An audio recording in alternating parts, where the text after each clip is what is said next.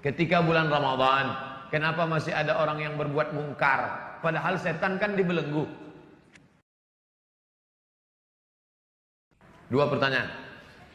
Saya seorang Muhammadiyah, memutuskan puasa hari Sabtu. Lalu negara mengumumkan puasa hari Ahad. Saya ikut mana? Lalu kata yang datang dari kelompok ini, atiullah wa atiur rasul wa ulil amri minkum. Taatlah kepada ulil amri. Kata yang Muhammadiyah, ulil amri itu Din Samsudin, bukan Jokowi. Karena ini kan tidak diangkat berdasarkan surah. Coba tengok tafsirnya. Ulil amri itu ulama, bukan pemimpin. Ini demokrasi, kata dia. Kata yang satu lagi, kamu kalau nggak mau ikut presiden, bakar aja KTP-mu, bakar aja SIM, pergi tinggal ke hutan sana. Akhirnya kelailah. Kenapa pertentangan ini terjadi? Karena sidang isbatnya diekspos. Akhirnya 2 tahun belakangan ini muncul ide, jangan lagi sidang isbat itu diekspos sehingga semua nonton. Sidang isbat di ruang tertutup, mau kelahi antara NU sama Muhammadiyah, kelahi di ruang tertutup itu, tapi suara yang keluar tetap satu. Itu yang terjadi di Mesir. Antara hisab, ilmu astronomi, dengan ru'yah yang pakai itu dikombinasikan. Jadi hisab dengan ru'yah bukan dikonfrontir, ditabrakkan, tapi dikombinasikan. Maka yang mestinya keluar itu satu suara. Sudah terwujud 2 tahun ini bisa satu suara. Karena waktu itu sidang isbatnya tertutup, nanti yang keluar adalah langsung satu kata. Dengan ini kami semua ormas sepakat bahwa besok adalah 1 Ramadan. Walaupun bisik-bisik di dalam katanya ini mereka Ustadz seperti arisan. Untuk tahun ini Muhammadiyah, untuk tahun depan NU. Wallahu alam, betul apa tidak? Tapi yang jelas mampu mempersatukan. Andai ini terjadi, satu amat sangat baik, bagus, positif. Orang luar agama kita tidak membenturkan kita. Andai balik ke lagu lama, dibenturkan antara ormas dengan negara, ikut mana? Saya pribadi menyarankan istafti qalbak wa in aftakal muftun. Ikutlah apa yang engkau yakini benar menurut engkau, walaupun 1000 orang berfatwa, memberikan fatwa kepadamu. Fatwa yang dikeluarkan oleh Muhammadiyah benar, fatwa yang dikeluarkan oleh Majelis Ulama Indonesia benar. Titik. Persimpangannya di mana? Penetapan pada angka minimal. MUI, NU menetapkan angka 2 derajat. Jika 2 derajat, maka dia dapat dikatakan hilal. Bila kurang dari 2 derajat, 1,5 bukan hilal. Sedangkan Muhammadiyah angkanya rendah, 0,5 pun sudah dianggap sebagai hilal. Turki lebih tinggi. Turki menetapkan hilal kalau 6 derajat. 6 derajat baru hilal, 2 derajat tidak hilal. Kesepakatan 6 negara, Brunei Darussalam, Singapura, Indonesia, Malaysia, Patani Thailand Selatan, Moro Filipina, 6 yang muslim ini menyepakati 2 derajat baru disebut hilal. Kalau kurang dari 2 derajat bukan hilal. Tapi Muhammadiyah dia katakan 0,5 pun kalau sudah itu hilal, maka dia adalah hilal, maka boleh. Di situ letak persimpangannya. Maka bagi adik-adik yang bapak-bapak yang ikut Muhammadiyah itu ijtihadi, ijtihad. Maka dia ikut itu tidak. Ustadz sendiri ikut mana? Saya Komisi Fatwa Majelis Ulama Indonesia Provinsi Riau. Maka saya ikut hasil sidang Komisi Fatwa. Kalau Komisi Fatwa mengatakan berdasarkan penampakan 2 derajat besok puasa, maka saya ikut itu. Tapi kalau Muhammadiyah mengundang saya khutbah, saya nggak mau ikut. Karena kalau saya ikut undangan Muhammadiyah, ikut nanti saya bisa khutbah 2 kali. Hari ini saya khutbah di Muhammadiyah, besok saya khutbah sebagai Komisi Fatwa MUI. Nah, itu perlu juga disampaikan bagi jamaah yang menyampaikan khutbah. Ikuti salah satu, jangan ikut dua-duanya. Selanjutnya tentang masalah apa tadi? Bagaimana spirit Ramadan bisa dibawa keluar Ramadan? Kebanyakan kan semangatnya di Ramadan itu aja. Terlihat dari masjid-masjid yang pakai tenda keluar. Sampai tendanya itu keluar kalau pada tanggal 1 sampai 2. Lalu kemudian habis itu babak semifinal. Habis itu final, akhirnya adalah malam Idul Fitri, itu kembali ke pemain inti. Pemain naturalisasi kabur semua sudah. Makanya kalau kita pahami, makanya tadi awal kajian kita kalau ingat, coba ingat. Di awal kajian kita tadi adalah judulnya, jangan jadikan agama sebagai seremonial, rutinitas. Rutinitas Ramadan, rutinitas Sya'ban, rutinitas Rajab. Jangan jadikan sebagai rutinitas. Maka pahami maknanya. Syawal artinya, kita lihat penggunaan kata Syawal. Ini tiang neraca timbangan. Timbangan zaman dulu, bukan timbangan duduk, timbangan yang pakai tiang. Di sisi kiri ada alat penimbang, di sisi kanan ada alat penimbang. Ketika diletakkan barang yang ditimbang, lalu salah satunya naik ke atas, yang satu turun ke bawah. Yang naik itu bahasa Arabnya Syawal. Naik ke atas artinya Syawal. Ekor ayam turun ke bawah, ekor sapi turun ke bawah, ekor kucing turun ke bawah. Tapi ada binatang yang ekornya naik ke atas, itu disebut dengan Syawal. Apa itu? Ekor kalajengking. Naik ke atas. Kemudian ketika onta, musim panas, moncong onta dikerubungi lalat, maka onta menaikkan ekornya ke atas untuk mengusir lalat, maka itu disebut dengan Syawal. Maka makna Syawal adalah peningkatan.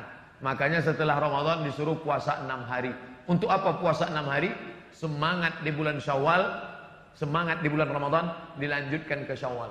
Itu dipahami maknanya dengan baik. Sudah saya pahami dengan baik, tapi tetap juga molor sholat subuh jam 6:30 Pak Ustaz.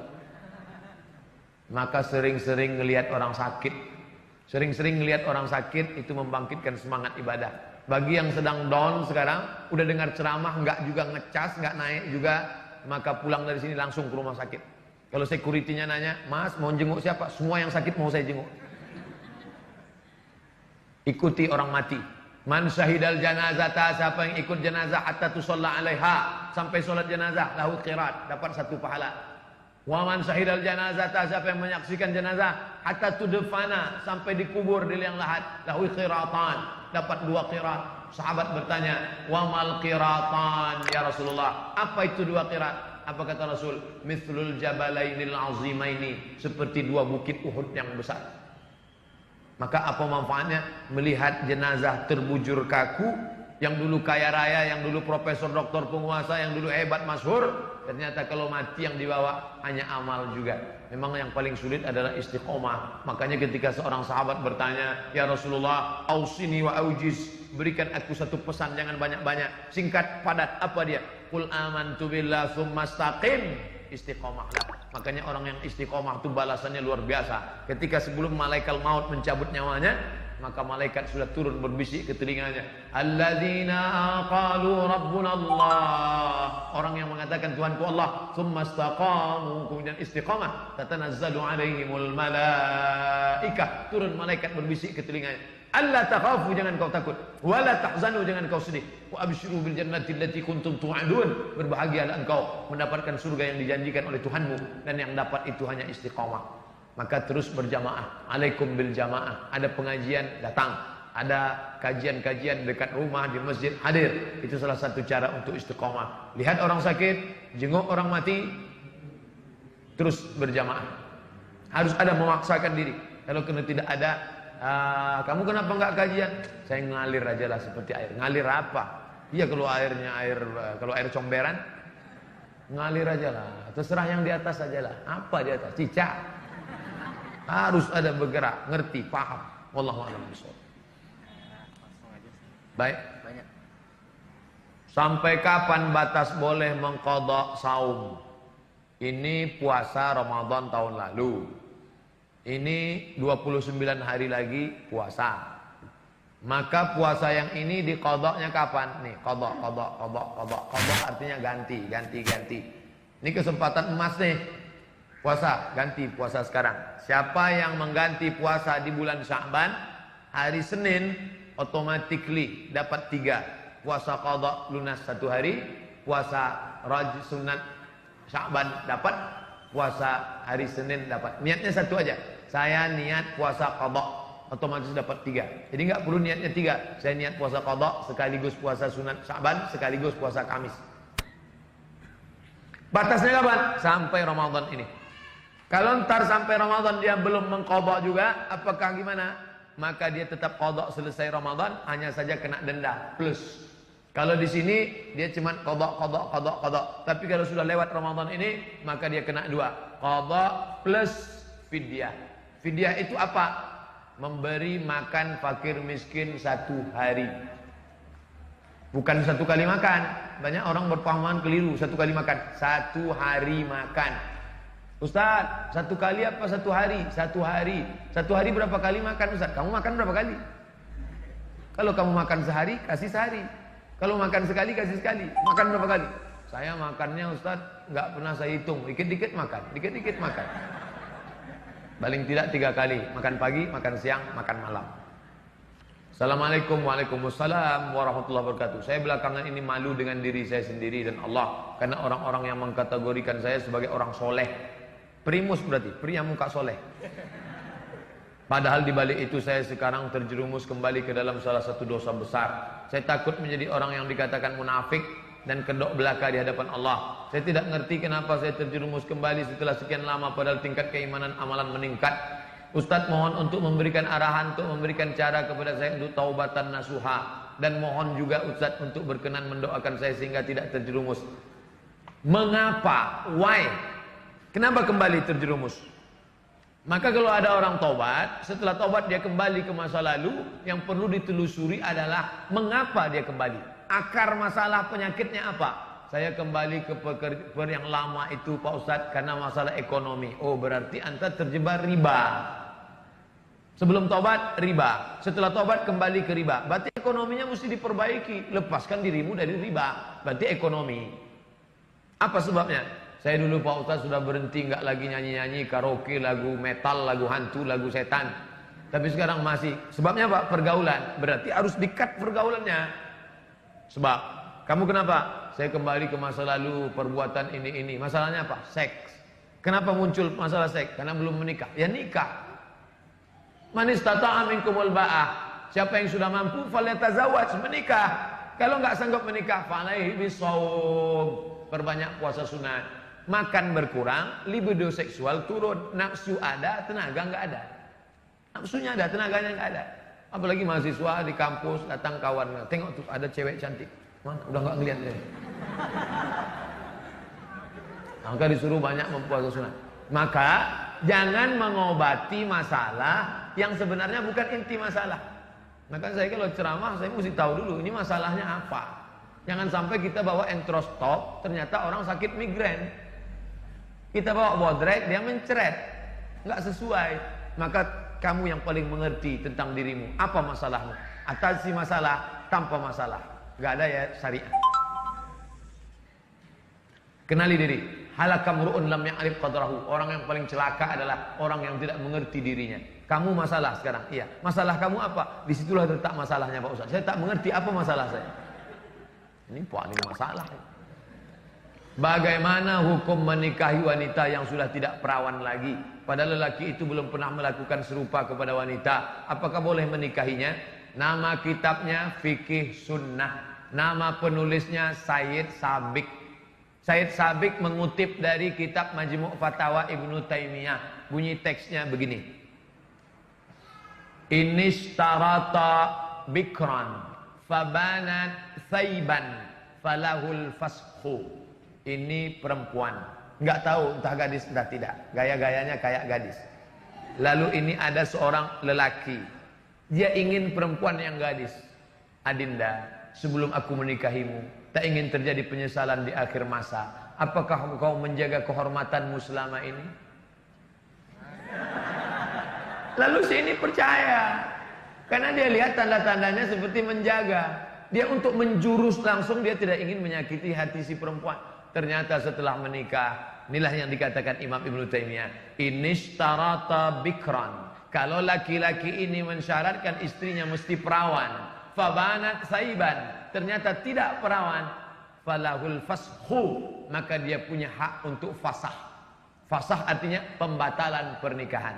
Ternyata perempuan itu mengaku di malam itu atau bla bla bla, maka dia mesti datang ke wali perempuan itu, Pak, ternyata begini-begini keadaannya, maka sesuai pendapat Ibnu Taimiyah dalam kitab Majmu' Fatawa yang dinukil oleh Said Sabiq dalam kitab Fikih Sunnah. Kalau nggak ingat, pokoknya begitu aja lah.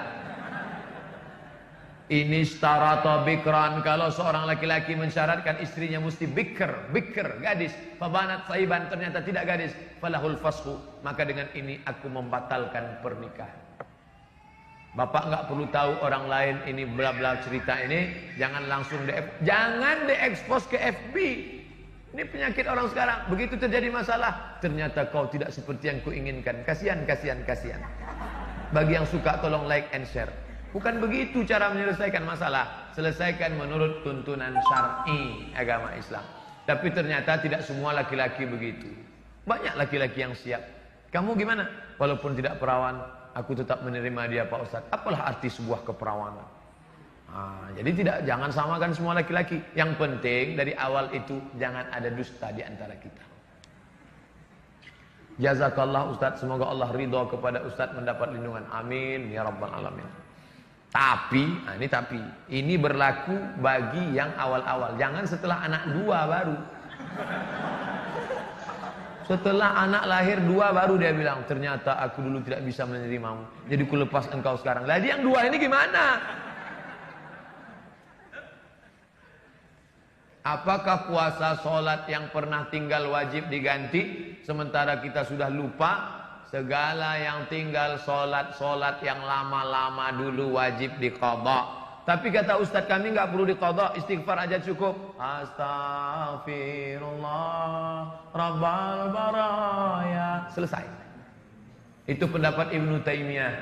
Hanafi, Maliki, Syafi'i, Hambali mengatakan wajib diqadha, diganti. Cara gantinya gimana? Selesai satu sholat langsung qadha. Ntar zuhur, ntar Jumat Pak Ustadz. Oke, Jumat. Selesai sholat Jumat langsung qadha zuhur. Bagi yang pakai usolli, NU, Perti pakai usolli, Muhammadiyah Persis nggak pakai usolli, niat sholat qadha karena Allah Taala, Allahu Akbar. Jadi qadhanya setiap selesai sholat fardu satu qadha. Di mana kami bisa lihat referensinya? Al-Fiqhul Islami wa Adillatuh, Syekh Wahbah Az-Zuhaili. Terjemahan bahasa Indonesia Gemah Insani Press. Kami nggak punya duit beli buku Pak Ustadz, maunya di internet aja. www.google.com, tulis di search Google itu, tulis qadha sarwat, itu keywordnya, K kunci, word kata kunci, qadha sarwat. Qadha artinya tentang qadha, sarwat Ustadz Sarwat membahas tentang itu, lengkap 4 pendapat ulama. Kenapa Ustadz ambil dari pendapat Ustadz Sarwat? Saya ambilnya bukan dari Ustadz Sarwat, saya ambil dari Al-Fiqhul Islami wa Adillatuh Syekh Wahbah Zuhaili. Tapi untuk terjemahan Indonesianya belum ada, yang edisi PDF mungkin ada sebagian, tapi sulit untuk dicari. Tapi kalau untuk ringkasnya Ustadz Sarwat sudah tuliskan itu. Itu saran bagi yang tidak bisa bahasa Arab. Masalah puasa Pak Ustadz, puasa tidak ada khilafiyah, puasa wajib diqadha. Faman kana minkum maridan, siapa yang sakit, au ala safarin, atau musafir, fa iddatum min ayyamin ukhar, ganti di hari yang lain. Apa pandangan Ustadz tentang fenomena sekarang adanya beberapa Ustadz yang saling tahzir, yang bikin umat bingung? Fenomena sekarang dia bilang. Ini bukan sekarang Mas Bro. Tahzir mentahzir dari dulu. Ini ada ulama namanya Syekh Mukbil. Syekh Mukbil bin Hadi Al-Wadi'i. Ini ada ulama namanya Syekh Yusuf Al-Qardawi. Mukbil mentahzir Qardawi. Jadi kalau Ustadz Adi Hidayat ditahzir itu nggak seberapa. Saya share bukunya, judulnya Iskatul Kalbil Awi Yusuf bin Abdullah Al-Qardawi. Iskat membungkam, kalbi anjing, awi nggonggong. Membungkam anjing, menggonggong Qardawi. Yusuf Qardawi anjing. Kalau Yusuf Qardawi anjing, saya ini apa? Jadi jangan heran nanti kalau ada orang mentahzir saya, mentahzir Ustadz, itu dalam dunia mereka biasa. Dunia siapa? Dunia ahli tahzir. Kerjanya mentahzir aja. Namanya ahlul bait, ahlul bid'ah wa tahzir. Mentahzir ulama lebih berpahala daripada puasa sunat dan sholat sunat. Buka nama penulisnya Syekh Syayji, ahli hadis dari Riyadh. Protokolat As-Salafiyah Al-Jadidiyah, protokol Salafi gaya baru. Mentahzir lebih berpahala. Jangan ikuti Ustadz Arifin Ilham, pelaku bid'ah. Bahkan Ustadz Khalid Basalamah yang ikut zikir pun ditahzir. Apa hukumnya ikut mendengar ceramah orang yang ikut ahli bid'ah? Tahzir mentahzir. Nah, ini nama kelompoknya Ahlul Bid'ah wa Tahzir. Biasa itu. Syekh Ramadan Al-Buti tahzir. Datang orang bertanya ke Syekh Abdul Razak Al-Abbad. Syekh, ya, apa pendapat anda tentang Syekh Mutawalli Asy'arawi? Syekh Mutawalli Asy'arawi imamnya ahli tafsir Mesir. Tak ada ulama lebih hebat daripada Asy'arawi. Apa kata ahli tahzir? Laisa min ahli sunnah. Saya dengarnya, oh, hampir saya banting HP saya. Enak aja dia ngomong, Asy'arawi laisa min ahli sunnah. La ilaha illallah. Masalah tahzir mentahzir. Kalau guru kencing berdiri, murid kencing maraton. Itu guru-gurunya itu yang mencaci maki Sya'rawi, mencaci maki Al-Buti, mencaci maki Sufiyun, Kuburiyun, orang-orang sufi nyembah-nyembah kubur, pelaku bid'ah, wa kullu bid'atin dhalalah, wa kullu dhalalatin finnar. Jangan ikuti ahli tahzir wal bid'ah. Istri saya, maaf, haidnya tidak lancar. Suatu waktu seperti biasa, ada bercak dikira haid, jadi tidak sholat. Ternyata kemudian istri hamil. Jadi yang waktu itu telah haid, apakah sholat tinggal itu diqadha? Diqadha. Biasanya normalnya berapa? 7 hari. Lewat dari 7 hari itu apa namanya? Istihadhah. Dia seperti luka. Hanya saja lukanya bukan di jari, maaf, tapi lukanya di dalam. Maka orang yang istihadhah, cara mencari tulisan istihadhah, buka Google, Somat Moroko istihadhah. Bukan berarti somat sedang istihadhah. Maksudnya somat Moroko sedang menulis. Kenapa Ustadz di ujungnya mesti Moroko? Karena kalau ditulis sekedar somat, enter, yang keluar Bang Somat, sinetron. SOMAD MOROCCO spasi istihadhah. Nanti dapat hukum tentang perempuan yang istihadhah. Cara dia sholat gini. Bagi yang mengalami istihadhah. Laki-laki penting juga. Karena laki-laki itu punya istri dan istrinya perempuan. Mas, aku begini-begini, gimana nih? Mau nanya Ustadz, malu. Suami mesti bisa menjelaskan. Engkau sedang mengalami istihadhah, Adinda. Lalu penyelesaiannya, inilah yang jadi masalah. Aku nggak pula ingat. Kalau mengalami istihadhah, nunggu azan. Masuk waktu azan zuhur, Allahu Akbar, Allahu Akbar. Maka perempuan yang istihadhah tadi langsung bersih-bersih. Bersihkan semua bersih. Habis itu maaf, dia pakai pembalut. Habis itu dia berwudu, langsung sholat. Andai menetes saat sholat, ma'fu anhu. Tapi dia nggak boleh bersihnya sebelum azan. Setelah masuk waktu baru. Karena kalau sebelum azan dia bersih-bersih, maka menetes saat itu dia tidak ma'fu anhu, tapi sebagai najis. Ini juga bisa terjadi pada laki-laki. Kalau perempuan namanya istihadhah, laki-laki namanya sulusul baul. Baul artinya kencing, sulusu artinya rantai. Kenapa disebut kencing rantai? Karena kencingnya berantai, nggak putus-putus. Kerannya rusak. Tes, tes, tes, tes. Maka kalau dia mengalami seperti itu, pertama dia mesti pijat terapi, sembuh insya Allah. Minum obat. Kalau tidak juga dalam merasa penyembuhan pengobatan, maka caranya dia setelah azan masuk waktu sholat, dia pergi ke kamar mandi, bersih, dia pakai apa namanya, setelah dia balut, dia ikat terserah, habis itu dia sholat. Allahu Akbar. Andai menetes pada saat itu, maka itu ma'fu anhu, termaafkan. Bisa terjadi pada laki-laki, bisa terjadi pada perempuan. Ustadz, dalam kitab Syarah Kashfus Syubhat Syekh Ibnu Utsaimin disebutkan bahwa Nabi Nuh alaihissalam adalah rasul pertama dan malaikat Israel bukan penjabut nyawa, melainkan malaikat maut. Penjelasannya, Nabi Adam bukan nabi. Kata Syekh Ibnu Utsaimin, Ahlus Sunnah wal Jamaah sepakat jumhur ulama, semua nabi yang 25 itu nabi dan rasul. Karena di dalam Al-Quran itu disebutkan nabi-nabi dan rasul. Kenapa cuma Adam, Idris, Nuh, Saleh, Ilyas, Ilasa sampai 25? Karena hanya 25 nama itulah yang ada dalam Quran. Tapi itu bukan batasan, tapi itu sebagai example. Sepakat jumhur ulama, bahwa nabi-nabi dan rasul adalah yang 25 itu. Jadi kalau ada yang mengatakan Adam bukan nabi, maka dia sudah keluar dari jumhur. Dan memang mereka biasanya menyalahi jumhur, keluar daripada jumhur. Jumhur ulama, Adam, Idris, Nuh, Salih, Ilyas, Ilyas, Zakaria, Musa, Yahya, Isa, Daud, Sulaiman, Ayub, Musa sampai Muhammad SAW sepakat nabi dan rasul. Mereka boleh jadi menerima untuk dirinya disampaikan kepada umatnya, atau dia melanjutkan nabi yang sebelumnya. Maka Adam tidak diperselisihkan jumhur bahwa dia nabi dan rasul. Baca tulisan itu dalam buku-buku tauhid, karena tauhid itu objek kajiannya tentang 6: Allah, malaikat, nabi, hari kiamat, kiamat, takdir. Tentang nama malaikat tidak ada dalam hadis namanya Israel, tak ada. Lalu bagaimana dengan lagu bila Israel datang memanggil? Nama Israel itu bukan dari hadis Nabi. Nah, yang jadi masalah, bolehkah kita mengambil yang bukan dari hadis, mengambil dari kitab perjanjian lama? Maka jika dia tidak terkait tentang masalah Allah, masalah akidah, boleh. Contoh, Imam Ibnu Katsir yang ahli hadis dan ahli tafsir, yang punya tafsir Al-Quranil Azim tentang umur Nabi Ibrahim saat anaknya lahir. Umur Nabi Ibrahim 86 tahun ketika Ismail lahir. Itu bukan dari hadis.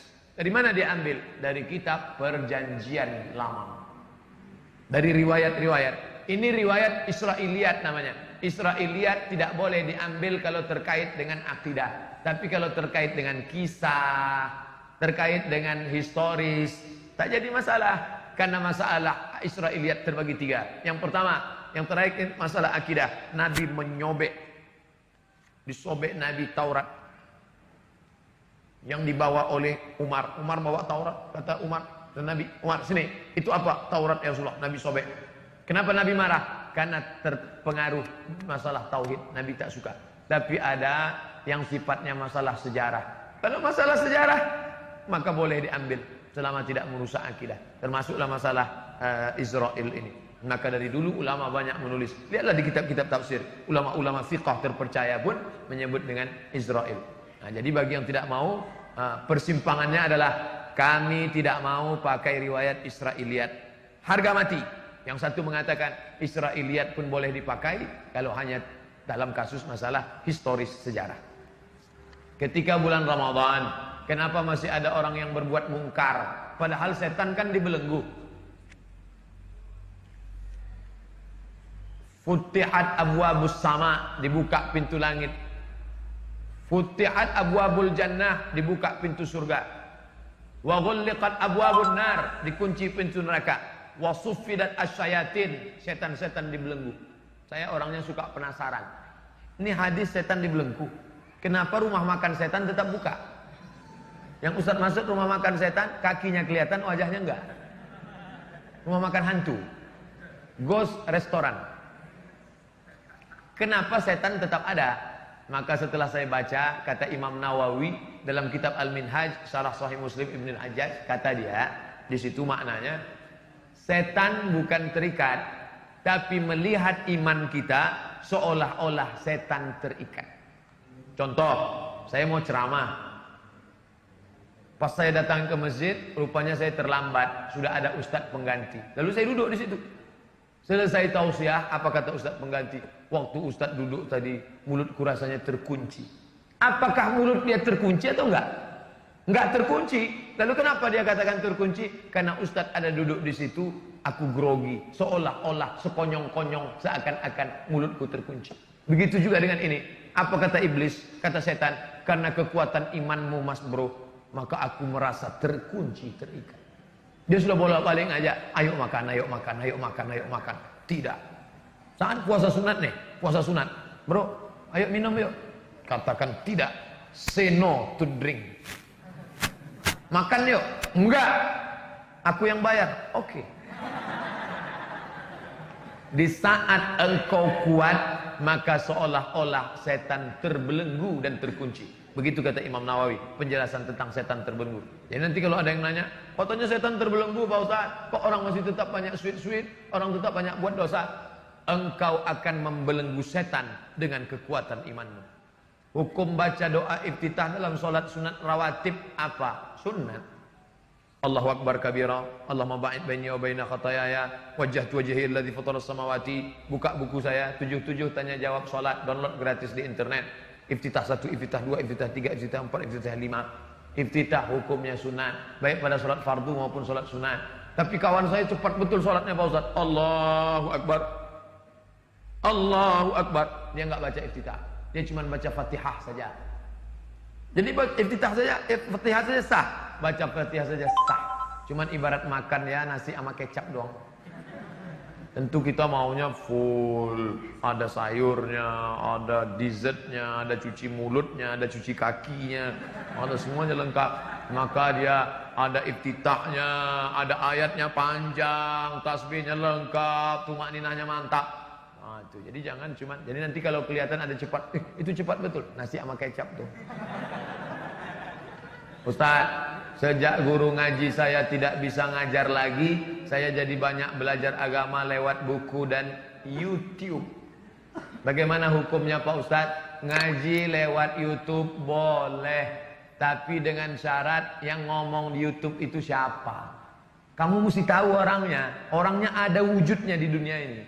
Jangan sampai dia tak berwujud.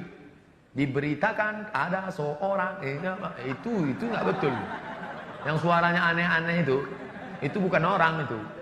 Jangan sampai antum belajar nama guru kamu siapa? Naruto. Saya ceramah seminggu di Kuala Lumpur, jamaah titip salam. Anak-anak kecil, Ustaz mau ke Kuala Lumpur ya? Iya. Tolong titip salam sama Upin Ipin ya. Saya di Malaysia, saya nggak ketemu. Upin Ipin itu fiktif, nggak ada orangnya. Jadi kalau belajar sama siapa? Sama Ustadz Somad. Ustadz itu ada wujudnya, ada. Ini orangnya, ini nomor HP-nya. Kalau nggak paham bisa ditanyakan. Ustadz dalam ceramah Ustadz yang judulnya ini saya nggak paham artinya apa. Kalau begitu modelnya bisa. Sedangkan media itu sebagai alat saja, boleh. Tapi kalau nggak jelas orangnya, saya dengar Ustadz Idrus Ramli. Ustadz Idrus Ramli itu ada orangnya. Bukan Ustadz alam gaib. Ada nyata. Sama Ustadz Ade Hidayat ada orangnya, sama Ustadz Fulan ada. Boleh nanya. Bagaimana cara melawan hawa nafsu yang selalu berbisik untuk ngajak pacaran? Pertama, buanglah pacar pada tempatnya. Ganti nomor, buang FB, putuskan. Ustadz ngomong aja. Emangnya Ustadz dulu waktu kuliah nggak pacaran? Saya kuliah 4 tahun di Mesir nggak punya pacar. Kenapa? Nggak dapat. Kampus laki-laki dengan kampus perempuan jaraknya 15 km. Al-Azhar, kami di lokal laki-laki semua. Anak Indonesia, mahasiswa Indonesia zaman saya kuliah dari 1998 sampai 2002 di Kairo. Zaman saya kuliah anak Indonesia 2.400 orang. Yang laki-laki 2.100, yang perempuan 300. Persaingan ketat. Saya diuntungkan oleh keadaan. Oleh sebab itu mahasiswa-mahasiswa saya sadar kalian zaman sekalian sekarang sulit. Dulu zaman kami kenalan sama perempuan susah. Zaman sekarang tinggal ketik namanya langsung dapat, say hello, makan bakso 2 kali selesai. Oleh sebab itu godaan kalian luar biasa dan balasannya juga luar biasa. Al-ibadatu fil haraji, orang yang tetap istiqomah dalam ibadah padahal waktu itu zaman banyak fitnah, kahijratin ilayya, dia sama seperti berhijrah kepadaku, kata Nabi SAW. Andai saya disuruh, ada yang nawarin, Ustaz mau muda lagi umur 20, enggak sanggup saya.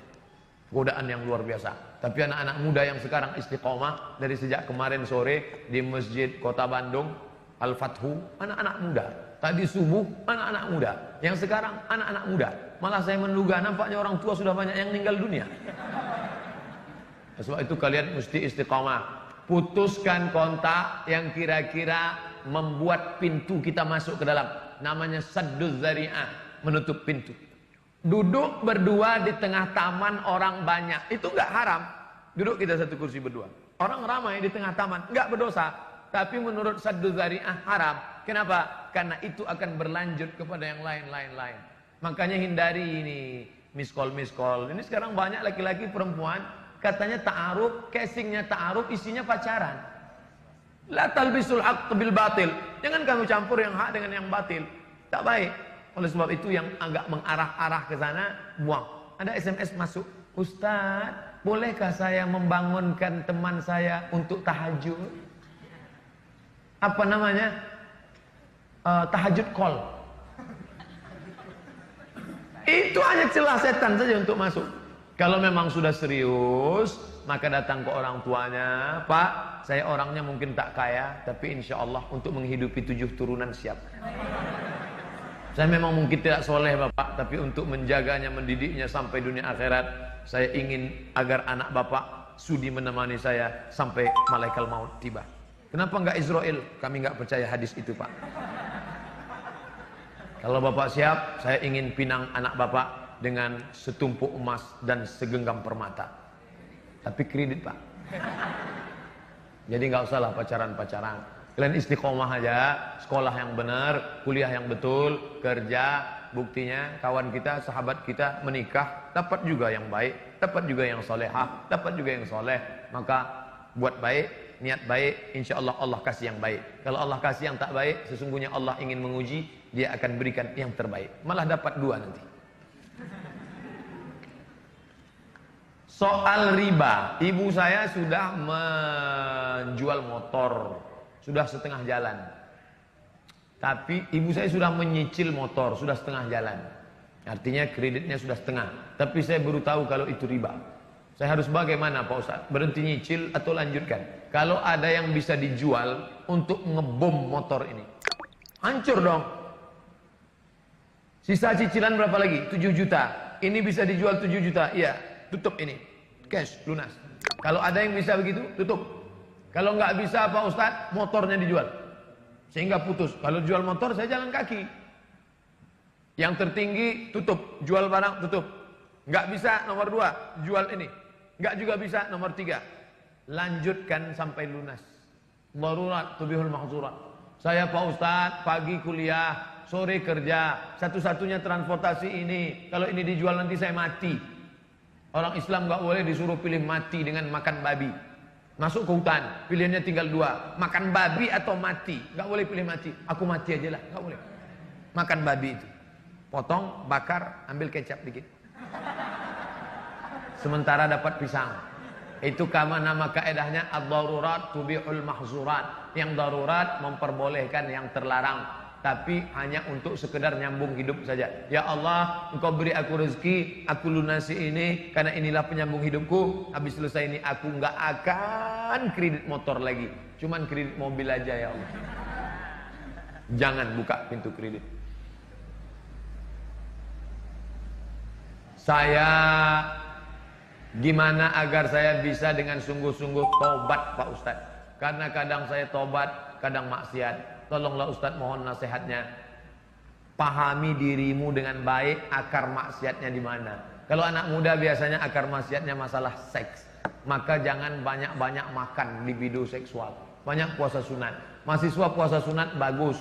Yang pertama, libido seksual turun. Yang kedua, merasakan pengawasan Allah. Yang ketiga, bisa ngirit belanja setengah bulan. Puasa Daud 15 hari, bagus. Kuliahnya tetap jalan. Banyak. Coba, ini terapi nggak bisa teori. Coba rasakan sendiri. Ustadz dulu gimana? Kami dulu kuliah sering puasa sunat, puasa sunat, puasa sunat. Apalagi waktu itu krisis moneter, harga dolar 20.000. Tinggal di Mesir, orang tua ngirim sulit susah. Banyak kami puasa sunat. Wah, ini bagus. Pak Ustadz, bagaimana sikap anak terhadap orang tua yang minta rokok kepada anak? Umur orang tua 70 tahun. Anak itu tahu kalau rokok itu racun. Apakah berdosa anak itu? Bagaimana sikapnya? Jangan kasih rokok. Pak, nak minta rokok? Nggak boleh Pak. Hukum rokok itu bagaimana? Rokok menurut Muhammadiyah haram. Rokok menurut Komisi Fatwa MUI haram bagi ibu hamil, ibu menyusui, orang tua, anak kecil. Adapun orang yang sehat merokok itu makruh menurut MUI. Tapi menurut Muhammadiyah haram. Menurut Mufti Mesir haram. Menurut Mufti Saudi Arabia Syekh Abdul Aziz bin Baz haram. Nah, jadi kalau bapak, ibu, adik-adik berpihak kepada pendapat yang mengatakan haram, maka merokok itu sama macam makan babi. Tapi kalau dia berpendapat saya lebih condong kepada yang makruh nampaknya Pak Ustaz. Bagi sama dengan makan jengkol. Nah, jadi ini penting fatwa ini. Kalau ada yang memberikan rokok kepada orang tua renta, itu menurut MUI pun haram. Karena yang tidak boleh merokok itu ibu hamil, ibu menyusukan, orang tua renta yang sakit, dan anak-anak. Nah, ini tetap haram dia. Maka cara teknis kita lah memberitahunya. Ada seorang kiai, di belakang rumahnya ada kebun. Ada kebun nanas, ada kebun semangka, ada kebun jagung, dan ada kebun tembakau. Suatu malam datanglah segerombolan babi. Besok pagi Pak Kiai buka jendela, astagfirullah, semangkanya habis, nanasnya habis, kacangnya habis. Yang tidak disentuh oleh babi adalah tembakau. Ternyata dalam dunia babi pun tembakau itu haram. Hadis riwayat Kiai Haji Lukman Syarif. Sahih enggaknya wallahu alam. Ini tentang masalah rokok. Itu masalah teknisnya saja. Jangan orang tua diceramahi. Saya tidak ingin anak muda yang sudah ngaji pulang dari pengajian, papa, mama duduk sini. Usikum wa nafsi bitaqwallah. Orang tua tidak pernah melihat kita besar. Ibu saya tidak pernah melihat saya seorang ustadz. Dalam pandangan matanya saya ini adalah anak kecil yang baru pandai berjalan. Kira-kira kalau ada anak kecil ceramah, dia takut atau lucu? Lucu ente, lucu. Udah pandai ceramah ente sekarang. Maka kita pakailah lidah orang lain, tapi bahasanya punya kita. Siapa yang ngomongannya dia dengar? Sepupunya, kakaknya, adiknya, tokoh agamanya, ustadznya. Kita pinjam mulut dia. Kita aja ngomongin ke bapak saya ya. Satu pun gak ada yang dia takuti Pak Ustaz. Kita ajak dengan bahasa yang santun. Wa in jahadaka, kalau dia mengajakmu ala antusyrika bi, mempersekutukan aku, ma laysa laka bihi ilmun, engkau tak ada ilmu tentang itu, fala tuti'huma, jangan kau patuh. Tapi ayat itu masih koma, belum titik. Wa sahibhuma fid dunya ma'rufa, tetaplah engkau bergaul baik dengan dia. Enggak boleh ngelawan orang tua walaupun kafir. Sedangkan yang kafir aja enggak boleh, apalagi sekedar merokok. Surat tilang sudah masuk. Mohon maaf 5 menit lagi Pak Ustaz. Memang sudah habis. Innalillahi wa inna ilaihi raji'un. Terima kasih atas segala perhatian. Mohon maaf atas segala kesilapan. Subhanakallahumma wa bihamdika asyhadu an la ilaha illa anta astaghfiruka wa atubu ilaik. Wa sallallahu ala sayyidina wa maulana Muhammad.